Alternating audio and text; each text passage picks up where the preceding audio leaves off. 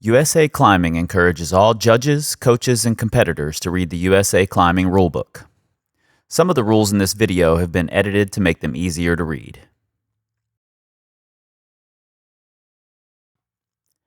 Competitors attempt the route without having watched any other competitor's attempt of the route. Competitors enter an isolation area prior to the event and are brought out one at a time to climb. There may be an authorized period of observation of the route prior to a competitor's attempt. While in the observation area, all competitors remain under the rules governing isolation. Team officials, coaches, shall not be permitted to accompany the competitors during the observation period. Competitors shall remain within the designated observation area during the observation period. They are not permitted to climb on the climbing wall or stand on any equipment or furniture. Competitors shall not communicate in any way with any person outside the observation area. They may seek clarification only from judges.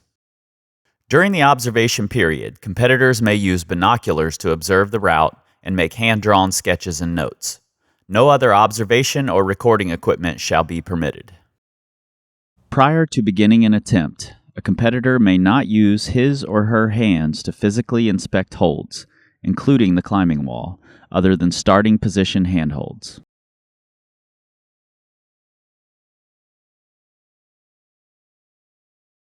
Receipt of any information concerning a route prior to or during the attempt on the route is grounds for disqualification. Competitors are free, however, to discuss a route with other competitors in isolation who have not previously climbed the route.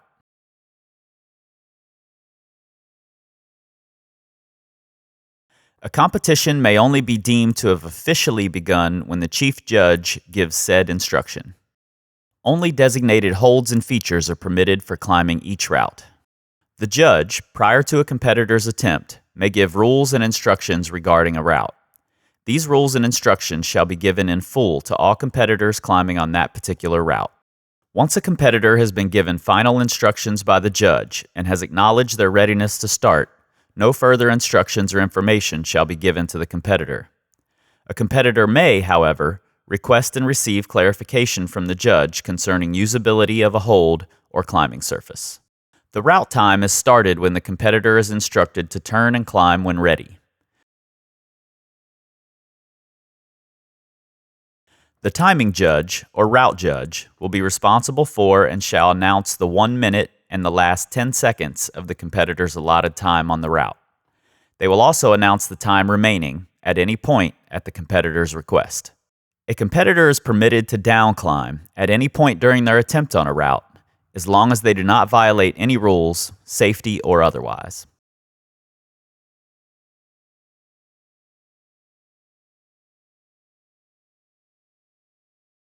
Competitors may not receive coaching or advice from any individual while attempting a route. Encouragement and cheering are acceptable, but coaching is not. Coaches, spectators, or parents are not permitted to have a discussion or contact with the judge. Any such action may be grounds for disqualification of the competitor. Disqualification of a competitor will always be the responsibility of the chief judge. Competitors may not use earphones, headsets, or similar devices while climbing. Bolt hangers and/or quick draws may not be used as handholds or footholds at any time. Laser pointers are prohibited from use at all times in the competition field of play, but may be used in the isolation warm-up area. The entire surface of the climbing wall shall be permitted to be used for climbing with the following exceptions. The T-nut holes created in the climbing wall, including those in a modular volume, for the placement of bolt-on holds, shall not be used for climbing by a competitor's hands or fingers. Neither the side edges nor the bottom or top edge of the wall shall be used for climbing unless specifically designated as part of the route. If there is a need to demarcate an area on the wall, handholds or features which are out of bounds, the demarcation shall be made using a continuous and clearly identifiable marking of the following colors. Demarcation of any area of the climbing wall, including the climbing wall surface and any modular holds or volumes, that is out of bounds and shall not be touched by the competitor, shall be identified with black tape. Note: in addition to the area on the other side of the black tape being off limits, the black tape itself shall not be touched.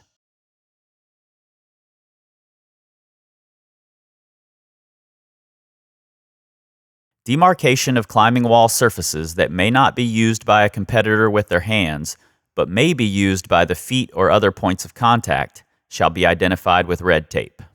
Note: a competitor may use climbing wall surfaces only, but may not use any modular holds or volumes.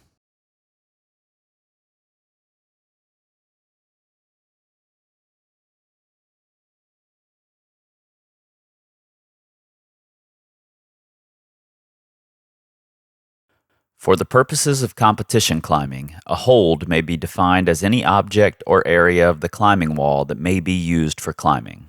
For the purposes of scoring, a handhold shall be defined as any object, portion of an object, or area of the climbing wall that is both used for climbing and defined as a scored hold in a route. Each route shall have a clearly marked starting position, which shall consist of marked holds for one or both hands. A competitor establishes the starting position by controlling the marked starting position handholds with the hands accordingly. If there is one marked hold, the competitor must begin with one or more hands controlling that hold.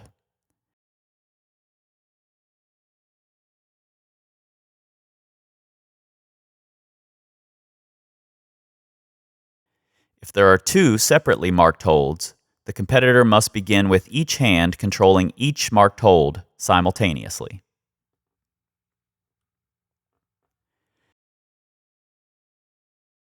An attempt has begun when every part of the competitor's body has left the ground in an effort to establish the starting position on the climbing wall. A competitor must first establish control of the starting position handholds before using his or her hands for climbing on any other holds.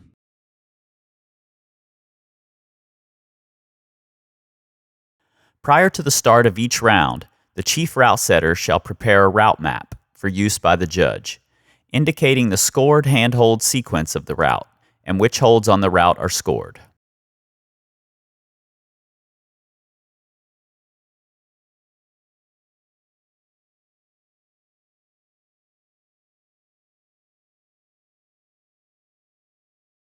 On the route map, a single marked starting hold shall be marked with a 1/2 to demarcate a score for both hands. If there are two marked starting handholds, they shall be marked with a 1 and 2 respectively, with the lower of the two handholds marked as 1. For sport climbing, one handhold shall be marked as the finish handhold, and only one numbered score marked on the route map. In sport climbing, a competitor is not required to match hands on the finish hold. In lead climbing, each quick draw to be clipped in the path of the route will also be marked on the route map, beginning with the first as 1 and each consecutive quick draw as 2, 3, 4, etc. Only handholds controlled by the hands shall be scored. Control of a handhold is determined by evaluating the climbing position of the competitor and use of the handhold. For all handholds, control shall be awarded where the competitor has made use of the handhold: A, to achieve a stable or controlled position, or B, to control the momentum of a climbing movement, or C, while in a stable or controlled position and where the use is deemed helpful to progress. A competitor scores based on 4 factors. The score of a competitor shall be the number of the highest handhold controlled, followed by a decimal score according to the following. Positive movement. A 10th place decimal score of 0.3 shall be recorded if the competitor has made positive movement from the highest controlled handhold. Positive movement is defined as controlled climbing movement that may be static or dynamic in nature, and in general will be evidenced by a significant change in the competitor's center of mass and the movement of at least one hand in order to reach a higher scored handhold.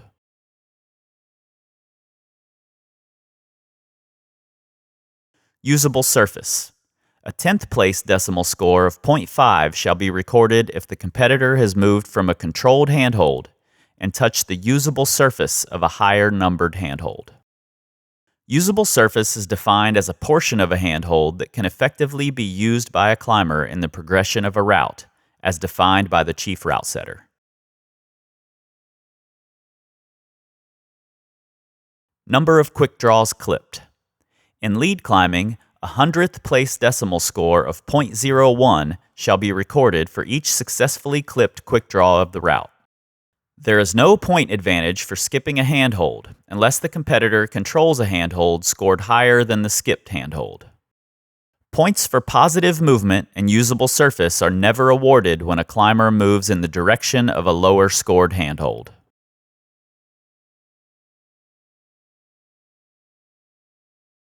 The competitor only receives the higher number score for the match when they control the handhold with both hands at the same time. The competitor only receives the higher number score of the bridge when both handholds are controlled simultaneously at the same time.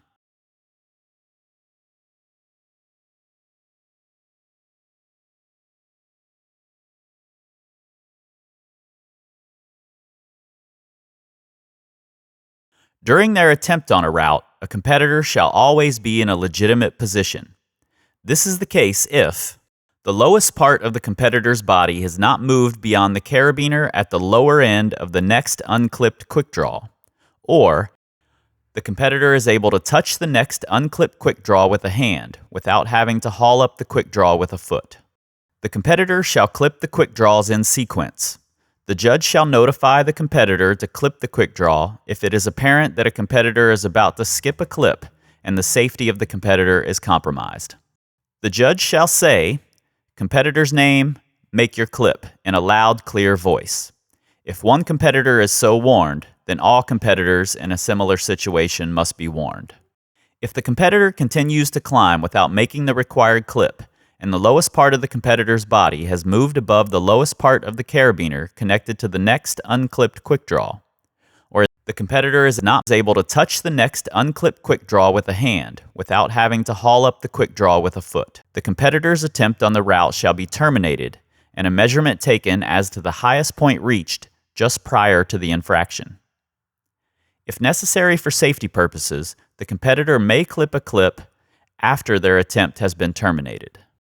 For lead competition routes, the route shall be considered successfully completed if it has been climbed in accordance with the existing rules and if the rope has been clipped from a legitimate position into the carabiners on the final quick draws. Additionally, the competitor must demonstrate control of the finish hold, but is not required to match hands. For top rope competition routes, the route shall be considered successfully completed if it has been climbed in accordance with the existing rules and if the competitor has successfully demonstrated control of the finish hold. Competitors are not required to match hands on the finish hold.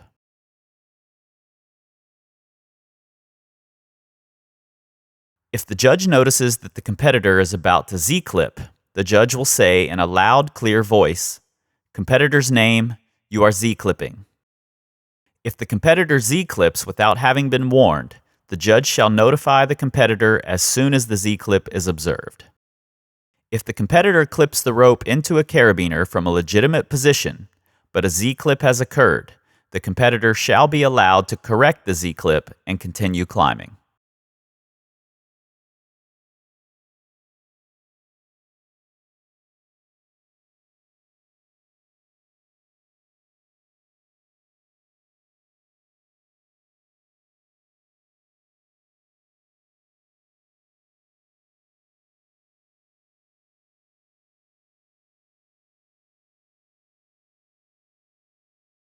They are permitted to unclip and reclip, if necessary, by down climbing to any of the carabiners involved. After correction, all protection points shall be clipped in. If a competitor falls while correcting a Z-clip, they will not receive the .01 points for making the clip.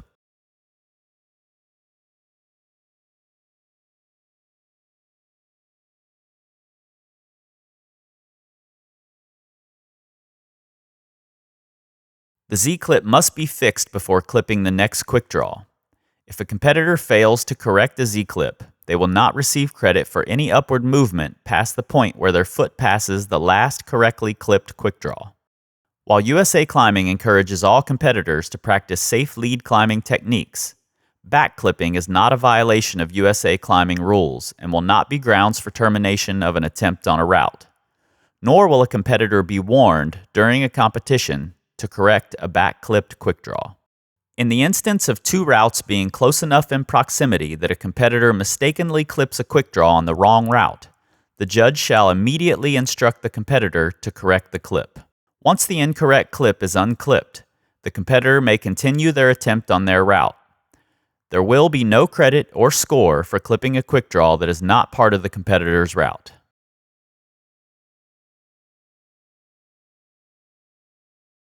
The attempt of a competitor on a route shall be considered terminated if they fall, exceed the permitted time on the route, make use for climbing any part of the wall, handholds, or features which have been demarcated against use for climbing,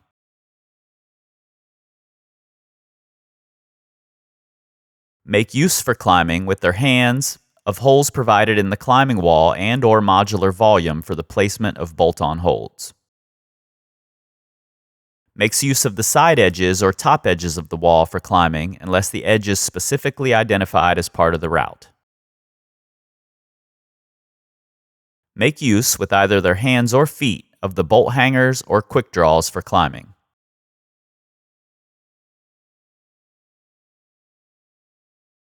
fail to clip a quick draw in accordance with the rules,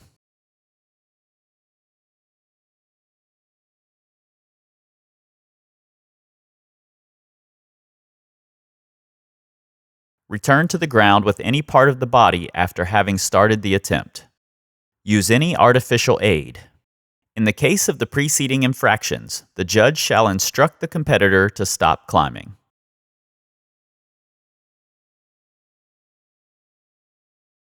A technical incident is defined as any occurrence that results in a disadvantage or unfair advantage to a competitor, which is not the result of an action on the part of the competitor. Examples of technical incidents are a broken or spinning hold, tape stuck to a shoe,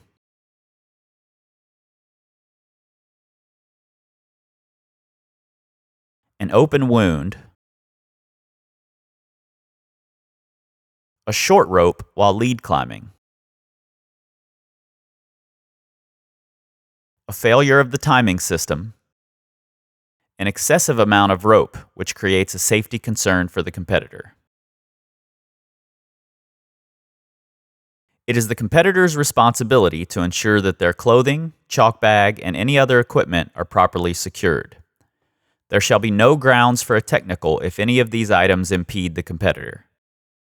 There shall be no grounds for a medical technical other than an open wound. During an on-site competition, if a competitor falls and claims that a technical incident precipitated the fall, the competitor shall be immediately escorted to a separate isolation zone to await the outcome of the investigation of the claimed technical incident. If the technical is denied, the competitor shall be scored to their highest point achieved. If the technical is confirmed, the competitor shall be allowed a recuperation period in a separate isolation zone.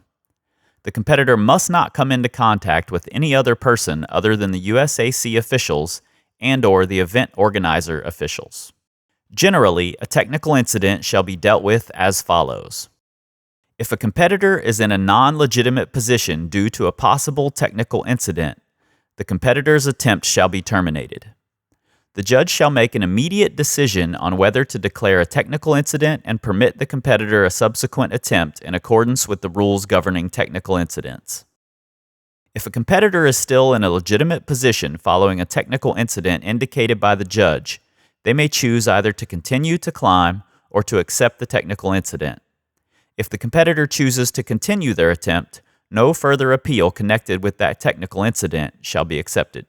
If the competitor is still in a legitimate position following a technical incident indicated by the competitor, they shall specify the nature of the technical incident and, with the agreement of the judge, may continue or cease climbing. If the competitor chooses to continue to climb, no subsequent appeal shall be accepted in respect to that technical incident. The judge makes the confirmation or non-confirmation of a technical incident. If necessary, they may consult with the chief route setter and/or chief judge. The chief judge should always be notified when a technical incident occurs.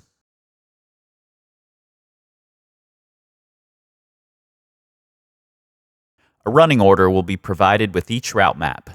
Please double check to see that you have the correct climber and scorecard before every attempt.